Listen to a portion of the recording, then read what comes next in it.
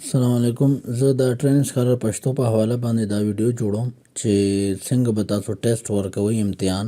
نو هغې طریقه کار دا دی چې دا لینک به تاسو سره شریک شي، په دې به کلیک کړئ او دا کوم فارم چې تاسو ډک کړی مخکې او تاسو ته یوزر او پاسورډ میلاو شوی نو هغه به تاسو سره وي، هغه به تاسو داسې ځان سره ولیکئ یا چې دی لیکلی مو وي دلته په واتساپ کې هم ځان ته لیکلی شئ یا بل چاته. صحیح ده؟ یا دلته داسې واتساپ کې هغه ولیکئ او بیا یې کاپي کړئ.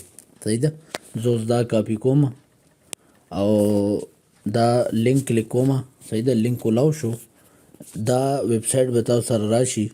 نو دې کې اول کې دا KIU 2 ما لیکلی، تاسو به KIU 400 به 200 به هر څه چې تاسو ته میلاو شوی دی هغه به دلته ولیکئ او بیا دلته خپل پاسورډ به ولیکئ. صحیح ده؟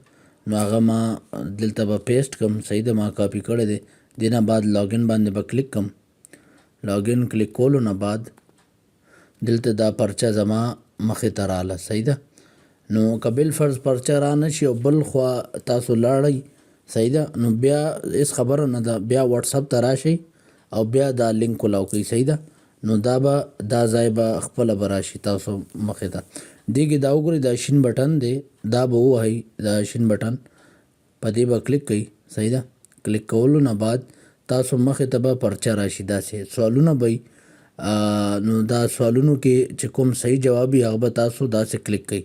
لکه اوس وګورئ د افغانستان پایتخت نوم دی، ما کابل سلیکټ کړو. صحیح ده؟ نور هېڅ څیز ته ضرورت نشته. د قرآن د سورتونو شمیر دی 111 114 څومره، دا صحیح جواب چې کومي هغه به تاسو کلیک کړئ. صحیح ده؟ او دې نه بعد داسې سوالونه به وي پکې چې هغه صحیح او خطا پکې کوم یو دی. نو صحیح دپاره ټرو او که هغه جواب غلطي نو غلط دپاره فالس. صحیح ده؟ خطای نو فالس او که صحیح نو ټرو. صحیح ده؟ اوس به زه به دا به فالس کم او زه به دا شین بټن به وهم. دا وګورئ دا شین بټن ښکاري، په دې به کلیک کم. کلیک کولو نه بعد دا ځای زما مخې ته رالو. دلته دا وګورئ دا دویم شین بټن چې دی دویم سبمټ آل اینډ فینش، په دې به کلیک کم. سبمټ آل فینش کلیک کولو نه بعد ما سره دا راغو سبمټ آل اینډ فینش یا لغوه کول. زه به دا سبمټ آل اینډ فینش به وهم.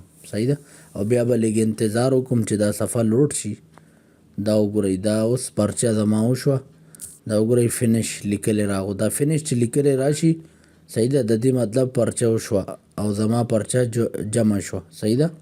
نو داسې تاسو په دې طریقه تاسو پرچه یا امتحان یا ټیسټ ورکولی شئ. جزاکم الله خیره.